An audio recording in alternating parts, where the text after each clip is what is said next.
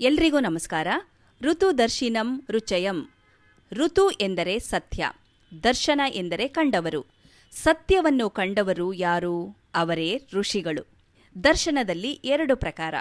ಒಂದು ಐಂದ್ರಿಕ ದರ್ಶನ, ಇನ್ನೊಂದು ಬೌದ್ಧಿಕ ದರ್ಶನ. ನೋಡಿ, ಇಲ್ಲೊಂದು ಹೂವಿದೆ, ಅದನ್ನು ಕಣ್ಣಿನಿಂದ ನೋಡಬಹುದು, ಅದು ರೂಪದರ್ಶನ. ಹೂವಿನ ಸುಗಂಧವನ್ನು ನಮ್ಮ ಪಂಚೇಂದ್ರಿಯಗಳು ಅರಿಯಬಹುದು, ಅದು ಗಂಧದರ್ಶನ.